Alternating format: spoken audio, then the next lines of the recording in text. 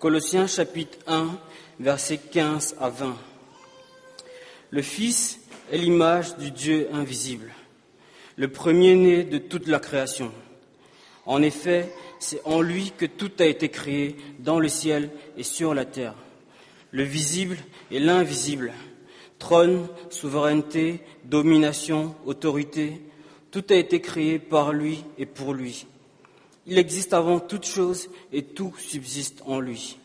Il est la tête du corps qu'est l'Église, il est le commencement, le premier-né d'entre les morts, afin d'être en tout le premier. En effet, Dieu a voulu que toute sa plénitude habite en lui. Il a voulu par Christ réconcilier avec lui-même aussi bien ce qui est sur la terre que ce qui est dans le ciel, en faisant la paix à travers lui par son sang versé sur la croix. Je vais juste prier pour nous. Père, merci pour ta parole. Père, nous voulons proclamer Jésus-Christ, nous voulons le connaître mieux, nous voulons voir sa gloire, voir sa beauté, voir la beauté de ton évangile, la nouvelle de la réconciliation à travers lui. Père, nous ne pouvons pas accéder à tes mystères si ce n'est pas toi qui nous accordes. Père, s'il te plaît, que ton esprit illumine nos intelligences et que ton esprit grave ta parole dans nos cœurs, que ton esprit fasse de nous des adorateurs de toi. Père, aide-nous à contempler la beauté du message de Noël à travers la personne de Jésus, à travers ton don de ton Fils Jésus. Père, nous te prions en son nom. Amen. Donc depuis 3 semaines, nous sommes dans notre série sur l'Avent. Et l'Avent, en résumé, c'est le temps que les chrétiens mettent à part pour méditer sur la venue de Jésus, Dieu qui vient naître comme un enfant sur la terre. Les 2 premières semaines, Jason nous a parlé de Jésus à travers les psaumes 1 et 2.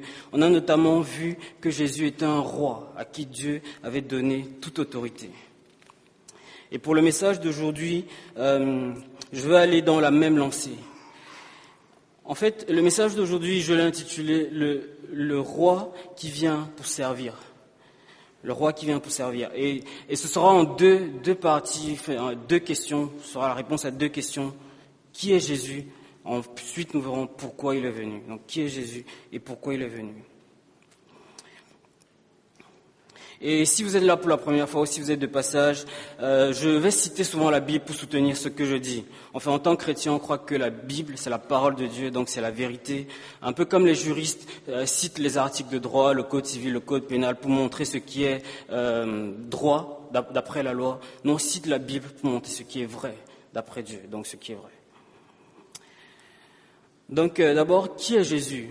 Et on va parler particulièrement de l'étendue de son pouvoir, tel que ce passage nous le montre. En posant la question, je me suis dit, la question peut être redondante, surtout si on vient dans l'Église depuis un moment. Nous, en ce moment, on étudie l'évangile de Luc, on a fait une pause pour la période de l'Avent. Donc on a forcément entendu parler de Jésus. Même si on n'est pas régulier à l'Église, on a forcément entendu parler de Jésus. Et donc la question « qui est Jésus ?» pourrait paraître redondante. Mais je pense que c'est important, même si on est chrétien depuis des années, de se rappeler qui est Jésus. C'est important de se rappeler qui est le Jésus tel que présenté par les évangiles, tel que présenté par la Bible. Une raison un peu bête pour laquelle c'est important, c'est qu'il y a plusieurs Jésus. Un soir, à une soirée longien, on a un ami qui est venu nous rendre visite qui s'appelait Jésus. Non, c'était Ressus, mais en français ça se lit Jésus. Il y a eu un autre joueur de Manchester City qui s'appelle Gabriel Jésus. Donc Jésus c'est un nom, tout le monde peut l'avoir. Mais nous, quel est le Jésus auquel on croit? C'est en s'inspirant de la Bible qu'on peut voir qui il est. Et une autre chose qui me vient souvent à l'esprit, il y a souvent des gens qui disent « Jésus m'est apparu, j'ai vu Jésus ». Et à chaque fois je dis « Sérieux, tu as vraiment vu Jésus ?» Je doute a priori. Et souvent peut-être les personnes parlent d'un homme blanc avec une barbe et il y avait une lumière autour de lui. Mais comment tu peux savoir que c'était Jésus? Dans 2 Corinthiens 11 au verset 14, l'apôtre Paul dit que le diable peut se déguiser en ange de lumière. Si tu vois un être lumineux, peut-être c'est le diable qui s'est déguisé, comment tu peux savoir que c'est Jésus?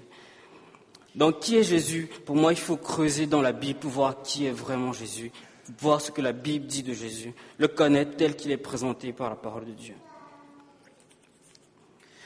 Et l'autre raison pour laquelle c'est important, même en tant que chrétien, de se reposer la question et de continuer à explorer qui est Jésus, c'est ce que l'apôtre Paul dit dans 1 Corinthiens 8, verset 2. Si quelqu'un croit savoir, il ne connaît encore rien comme il faudrait connaître. Je pense tous les jours dans les sciences normales, la biologie, la physique, etc. Il y a tous les jours, il y a des avancées. Les êtres humains découvrent toujours de nouvelles choses. Or, l'univers est fini dans l'absolu, c'est des sciences finies. Si pour des choses finies et temporelles, on peut continuer de connaître de nouvelles choses, combien de fois Jésus qui est infini et éternel? Donc même si on est chrétien depuis longtemps, on peut toujours se poser la question, il y a toujours un intérêt à savoir qui est Jésus. Je pense que qui est Jésus, c'est la question la plus importante que chaque être humain doit se poser et essayer de répondre. Et c'est surtout la recherche la plus importante qu'un chrétien doit avoir dans sa vie chrétienne, dans sa vie normale. Pour essayer de répondre à la question aujourd'hui, donc on va partir de ce texte de Colossiens et connaître quelqu'un, ça peut passer par plusieurs approches. On peut connaître quelqu'un parce qu'on connaît son origine ethnique, on peut connaître quelqu'un parce qu'on connaît sa profession, on peut connaître quelqu'un parce qu'on connaît, je sais pas moi, ses croyances, etc. Mais on peut aussi connaître quelqu'un, pour parler de quelqu'un, on peut aussi parler de ses accomplissements, de ce qu'il a fait. Et les accomplissements de quelqu'un peuvent changer la perception qu'on a de lui. Et je me souviens, une des personnes qui m'a marqué récemment, c'est Ben Carson. Ben Carson, je crois que c'est le ministre du Logement américain. Et en 2016, il était dans la course pour la présidentielle américaine. Et je me souviens, la première fois que je l'ai vu, je le trouvais particulièrement nonchalant dans sa façon de parler. On m'a aussi dit que j'étais nonchalant dans ma façon de parler, mais je crois qu'il était plus nonchalant que moi. Et celui qui m'a dit ça, c'est Jason. Il m'a dit, normalement, quand quelqu'un parle comme toi, j'ai envie de dormir. Mais toi, ça va. Et ça m'a encouragé. Donc, au niveau de la tonalité, je crois que Jason est là, moi je suis là. Mais je crois que Ben Carson est encore plus bas. Et je me disais, mais comment tu vas devenir président avec une tonalité comme celle-là? Et ensuite, j'ai regardé, je me suis intéressé un peu. Et là, j'ai commencé à voir ses accomplissements. En fait, Ben Carson, c'est l'un des meilleurs neurochirurgiens américains et c'est le seul à avoir séparé des bébés siamois et qui a maintenu les deux en vie. Il y a un film sur lui, il y a un film sur sa vie. Et là, ça a changé mon regard sur la personne. Comme quoi les accomplissements d'une personne parlent de lui plus que son apparence, quelquefois. Et c'est un peu ce que l'apôtre Paul fait ici. Il nous parle de Jésus en termes de ses accomplissements, de ce qu'il a fait. Et comment il aborde les choses? Dans ce texte, il nous a dit « Tout a été fait en lui, par lui et pour lui ». Donc on va regarder progressivement chacune des étapes. Tout a été fait en lui, par lui et pour lui. Tout ce qui existe autour de nous est le fruit de trois opérations, si on peut dire. Il y a toujours quelqu'un qui conçoit tout ce qui existe. Il y a quelqu'un qui a l'idée. Il y a quelqu'un qui fabrique la chose. Ça peut être la même personne qui part du concept pour matérialiser. Et enfin, la troisième personne, c'est la personne qui utilise, ou bien les personnes à qui ça profite. C'est comme en musique, il y a des auteurs-compositeurs qui pensent, qui ont la mélodie, je sais pas comment. Et puis il y a des interprètes qui savent véhiculer le truc, les musiciens qui savent jouer la musique. Et ceux qui en bénéficient, c'est ceux qui écoutent. Ça marche dans tout. Dans les gadgets électroniques, il y a quelqu'un qui conçoit ce qui peut plaire aux gens, puis il y a les ingénieurs qui fabriquent, puis nous qui profitons. Et ce que l'apôtre Paul fait ici, il parle du processus en ce qui concerne l'univers de tout ce qui a été créé. D'abord, au verset 16, il dit « C'est en lui que tout a été créé. Toutes choses ont été faites en lui. » Je lis pour nous dans Ésaïe 40, les versets 13 à 14, « Qui a compris l'esprit de l'Éternel? Quel homme a été son conseiller pour l'instruire? Avec qui a-t-il délibéré pour se laisser éclairer par lui ?» L'esprit de l'Éternel, c'est l'esprit de Jésus. Parce que comme on voit dans ce texte, le Fils est l'image du Dieu invisible. Et c'est en Jésus, c'est Jésus qui a conçu tout ce qui existe. L'univers, les astres, les animaux, les objets inanimés, les hommes, les anges. C'est Jésus qui a pensé au concept. La Bible nous montre que Jésus a une sagesse parfaite. Ses idées sont parfaites, ses plans sont parfaits. Tout le plan de l'univers a été conçu par lui seul. Il a conçu tout ce qui existe et il a conçu chaque individu, la manière de fonctionner de chaque être. C'est Jésus qui a pensé le concept. En général, les hommes, quand ils veulent créer un nouveau produit, je ne sais pas quoi, ils se réunissent à plusieurs, ils font ce qu'on appelle un brainstorming. Parce que les hommes sont limités, ils ont besoin de se complémenter. Mais Jésus n'a pas besoin d'un conseiller, comme on le voit. Jésus ne peut pas être éclairé par personne. Il est Dieu, sa sagesse est parfaite. Il a conçu lui seul tout ce qui a été créé. Après, en général, il y a des personnes qui peuvent concevoir, mais qui n'ont pas forcément la capacité de faire. Donc, ils vont concevoir et d'autres vont faire à leur place. Mais dans ce passage, plus loin, dans le verset 16, au verset 16, à la fin du verset 16, l'apôtre Paul rajoute « Tout a été créé par lui et pour lui. Tout a été créé par lui. » Je lis dans Jean 1, donc c'est l'évangile selon Jean, les premiers versets. « Au commencement était la parole. Au commencement, la parole existait déjà. La parole était avec Dieu. La parole était Dieu. Elle était au commencement avec Dieu. Tout a été fait par elle. Rien de ce qui a été fait n'a été fait sans elle. » Quand on lit quelques versets plus loin, on comprend que la parole ici désigne Jésus. Et l'apôtre Jean nous dit, c'est Jésus lui-même qui a fait tout ce qui existe.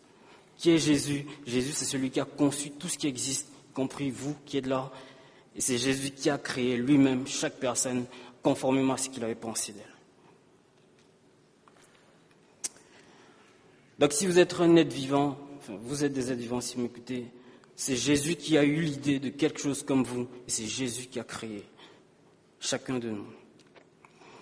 Et je pense que ça nous appelle aussi à faire gaffe à comment on considère les autres pour ce qu'ils sont. Ce que les personnes sont dans leur singularité, c'est Jésus qui les a voulu comme ça, et c'est Jésus qui les a fait comme tels.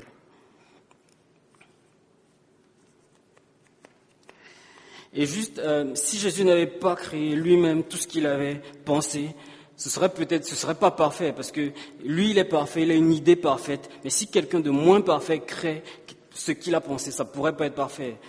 Quelqu'un de pas parfait ne peut pas créer quelque chose, une idée parfaite, ne peut pas matérialiser une idée parfaite.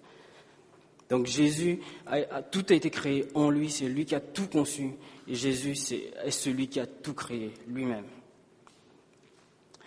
Après, on peut se dire, dans les choses en général, celui qui conçoit, ce n'est pas celui qui crée. Et celui qui conçoit et celui qui crée en général, c'est pour un destinataire, un tiers, qui va en bénéficier, comme les produits qu'on nous vend, comme la musique, etc. Donc, pour qui a été créé l'univers ? Pourquoi Jésus a eu ce concept, a conçu tout ce qu'il y a, et pourquoi il a créé lui-même tout ça ? L'apôtre Paul répond, à la fin du verset 16, tout a été créé par lui. Tout a été créé pour lui. Le destinataire final de tout ce qui existe, c'est Jésus lui-même. Il a créé autant les êtres inanimés que les animaux, les êtres humains, les anges qu'il a créés. Jésus a créé toutes choses pour son bon plaisir. Mon coloc fait de la photo, et souvent de belles photos. Et cette semaine, il est rentré avec une de ses photos qu'il était allé encadrer. Et quand il est arrivé, il l'a accroché dans notre salon. Il est resté lui-même plusieurs secondes devant la photo. Il disait, c'est beau ça, c'est beau ça. Il s'est retourné vers moi, il m'a dit, c'est beau ? Je lui ai dit, ah oui, bien sûr que j'ai dit oui. En fait, il m'héberge aussi, c'est mon collègue qui m'héberge. Et c'est un peu comme ça que quelqu'un peut créer quelque chose pour son bon plaisir. Et Jésus a créé toute chose pour son bon plaisir. Il est celui en qui tout a été créé. Il est celui par qui tout a été créé, mais il a créé toutes choses pour son bon plaisir. Jésus n'existe pas pour vous, mais c'est l'inverse. Vous existez pour Jésus. Et toutes choses qui existent, sans exception, les anges, l'univers, le soleil, la lune, tout existe pour Jésus. Et c'est aussi par lui que ça existe. Et on retrouve cette réalité partout dans la Bible. Dans le psaume 8, comme c'est affiché, où le psalmiste dit à Dieu, « Tu as tout mis sous ses pieds. Ou quand Jésus parle de lui-même dans Matthieu 11, au verset 27, il dit « Toutes choses m'ont été données par mon Père ». Dans Matthieu 28, au verset 18, « Tout pouvoir m'a été donné dans le ciel et sur la terre ».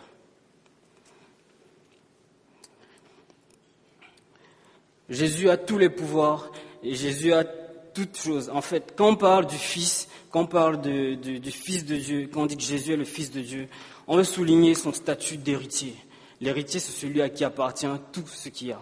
Jésus est l'héritier, est le Fils de Dieu dans le sens où il a hérité de toutes les œuvres de la création.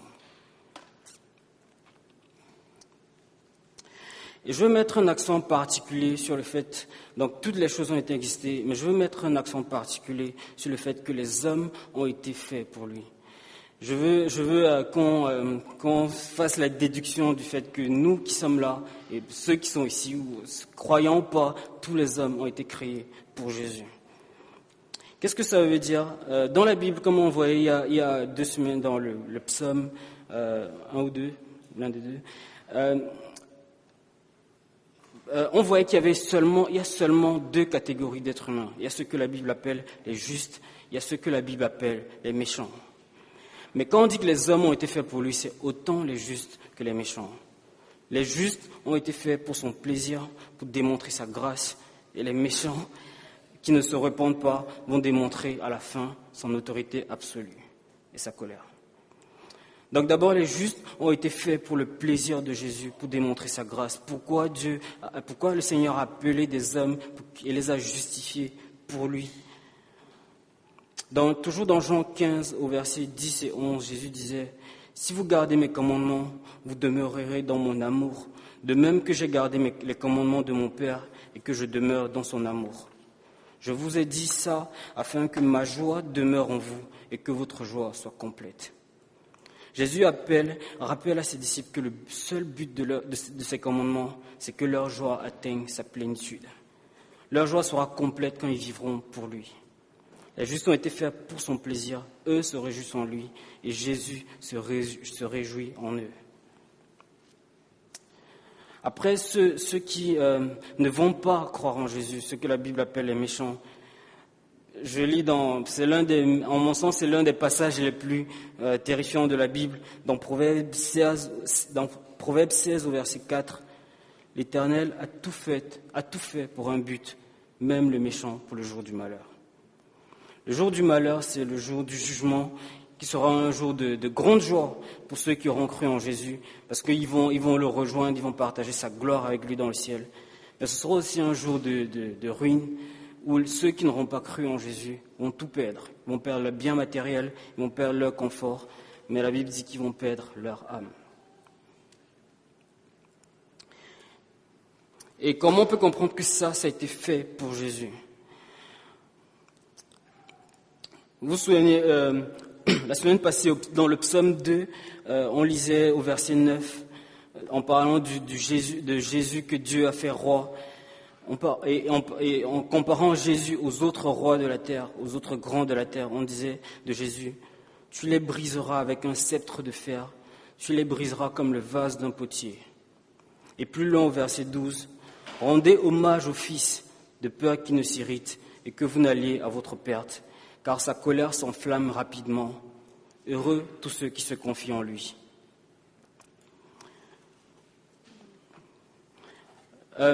Moi, je vois un peu tous les pouvoirs humains, tous les pouvoirs que les hommes ont, que ce soit nos chefs, soit l'État, sont limités. Si on a un chef, notre pouvoir est limité. Enfin, son pouvoir est limité à notre contrat.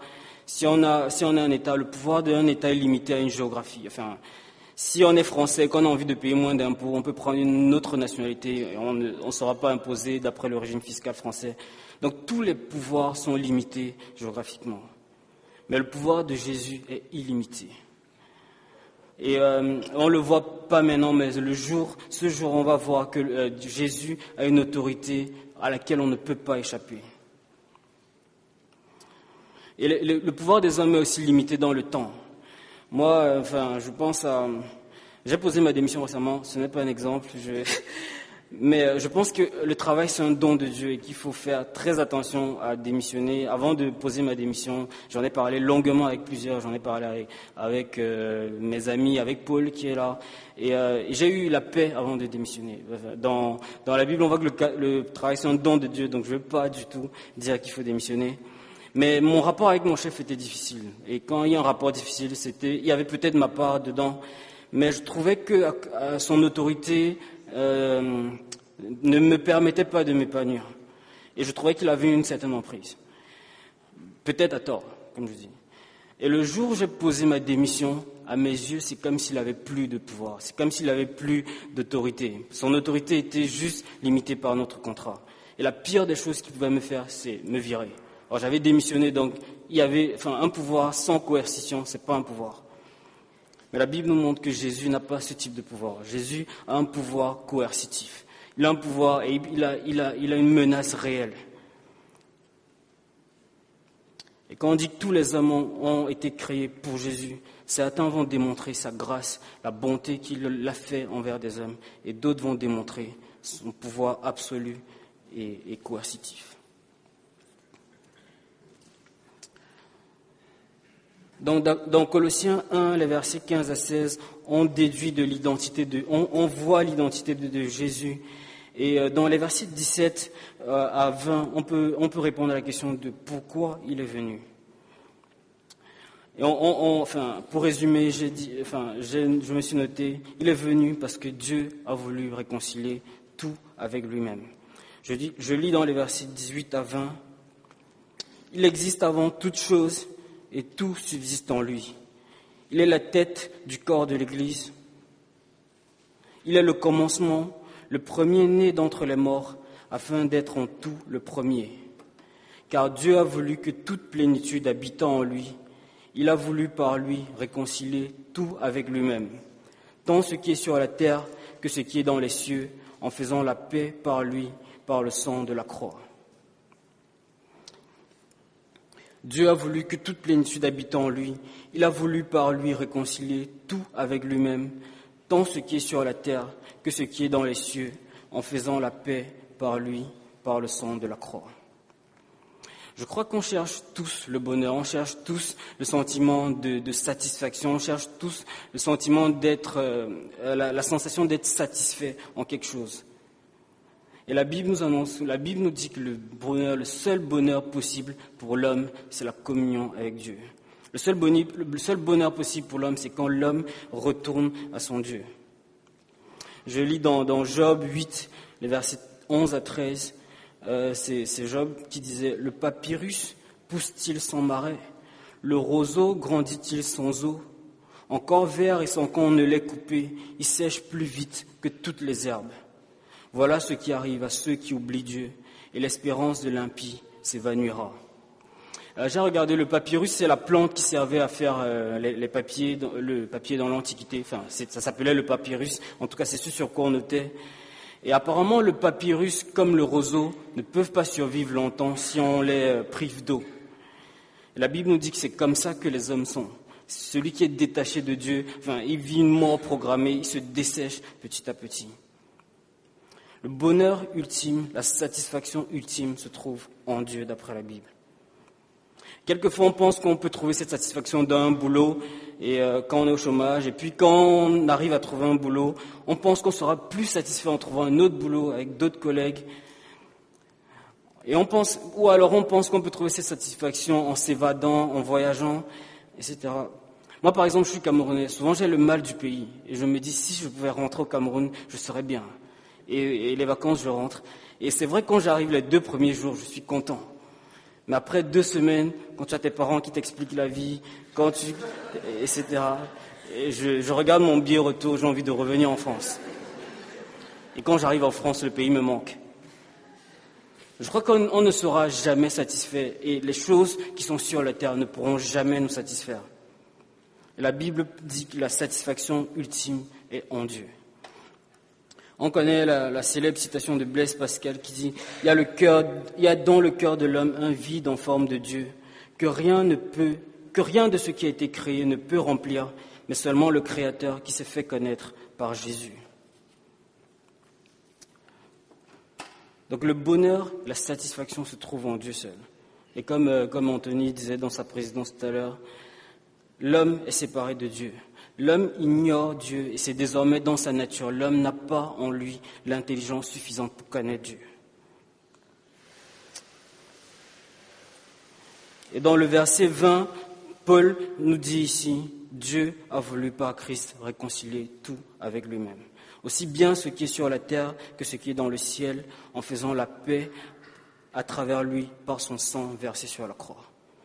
Jésus n'est pas seulement celui qui nous a menés à la vie, qui nous a inventé, qui nous a donné la vie. Mais maintenant que nous sommes séparés de Dieu, nous sommes séparés du bonheur ultime. Jésus est le seul qui peut réparer.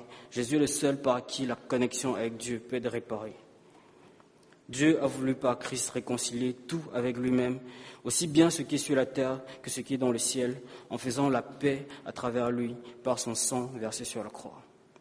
Nous sommes naturellement, à cause de notre rébellion, à cause de notre ignorance de Dieu naturelle, nous sommes naturellement séparés de Dieu. Nous sommes dans une sorte d'inimitié. Mais Jésus est venu pour que nous soyons en paix avec Dieu. Et comment il a fait? L'apôtre Paul dit, c'est par son sang versé sur la croix. Jésus a porté notre inimitié et Dieu l'a considéré comme son ennemi et l'a frappé, l'a brisé pour nos péchés. Et quand on met notre foi en Jésus, c'est comme si Dieu nous avait punis en punissant son Fils. Mettre sa foi en Jésus, c'est s'attacher à Jésus et Jésus prend notre condamnation et nous donne les bénéfices de son obéissance parfaite. Pour résumer, qui est Jésus? Jésus, c'est celui qui nous a inventés, pour ainsi dire. Jésus, c'est celui qui nous a fait. Et quand nous sommes égarés, Jésus, c'est celui qui nous a ramenés auprès du Père, auprès de son Père.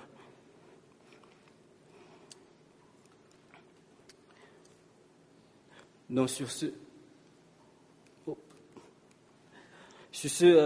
pour terminer, quelques implications de ce qu'on vient de voir.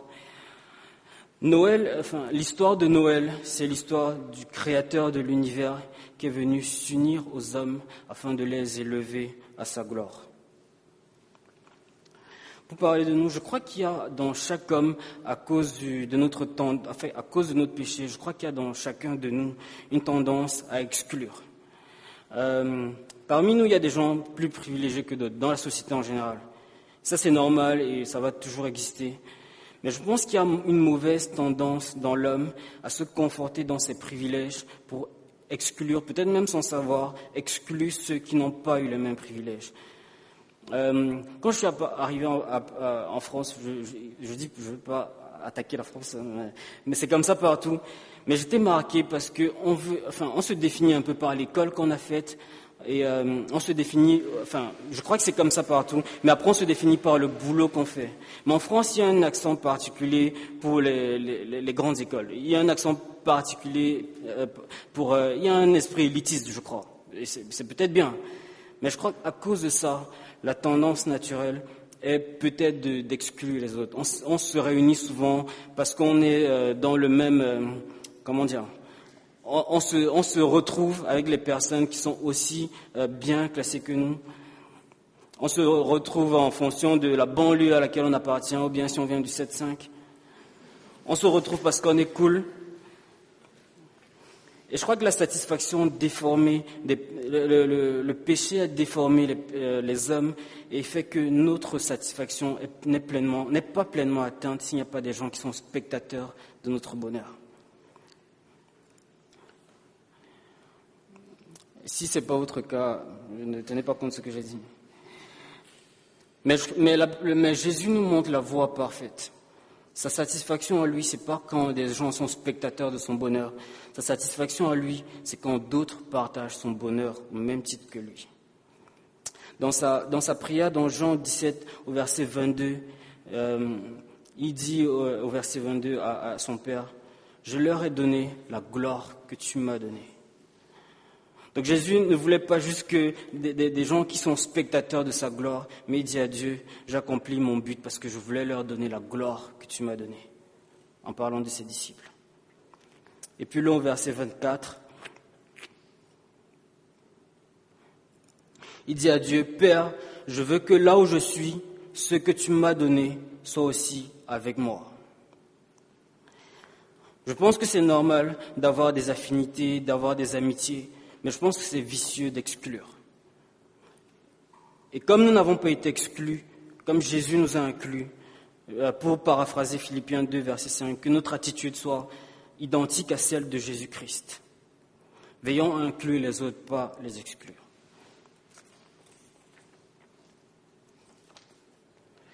Et j'ai repensé au passage dans Luc 2, où Luc décrit le chant des anges devant la grâce faite aux hommes, quand Jésus était un bébé dans la mangeoire.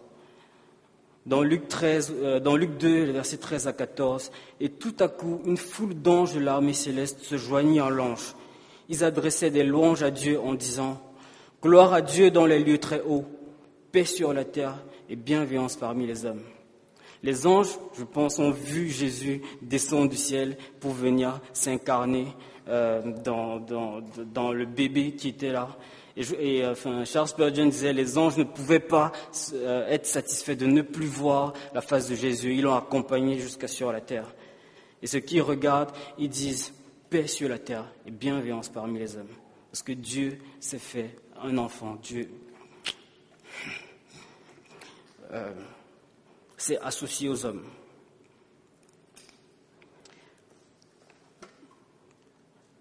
La deuxième implication, on vit tous pour Jésus. Jésus est le sang du monde. Comme je disais, vous n'êtes pas le sang du monde. Jésus est le sang du monde. Servir Jésus ne devait pas seulement aller de soi parce qu'il est mort pour nous. Mais ça devrait être la normalité parce que c'est son monde. L'oxygène qu'on respire, c'est son oxygène. Les êtres humains, ce sont ses êtres humains. Et servir Jésus devra aller de soi parce qu'il est le sang du monde. C'est lui qui a tout créé, c'est lui qui possède tout. Et il y a seulement deux catégories dans les êtres humains, ceux qui vont partager sa gloire éternellement parce qu'ils auront honoré le Fils, et ceux qui vont vivre son irritation éternellement parce qu'ils auront méprisé le Fils pendant leur vie. Donc si vous n'êtes pas en paix avec Jésus et que vous entendez ce message, s'il vous plaît, soyez réconciliés avec Dieu.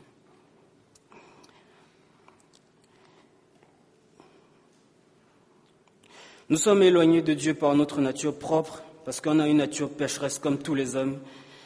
Le péché dans notre nature, par définition, nous éloigne de Dieu, et Dieu ne peut pas se lier au péché. Mais le message de Noël, c'est que Dieu a voulu se réconcilier avec chacun de nous.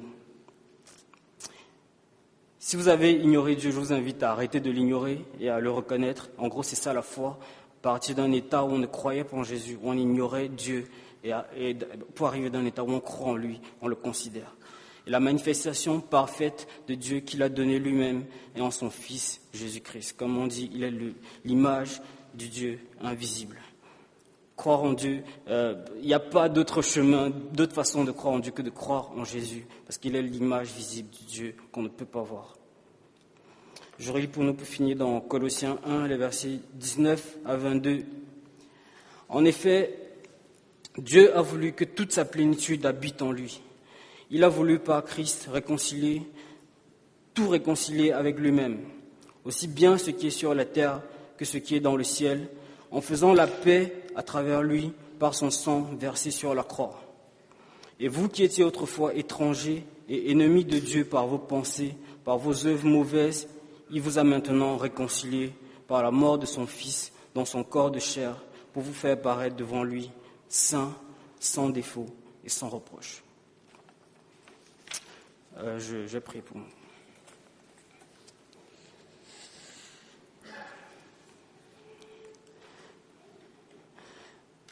Seigneur, notre Dieu, notre Père, reçois notre reconnaissance pour Jésus, ton Fils.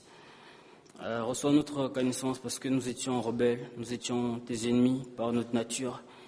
Et tu as voulu être réconcilié avec nous.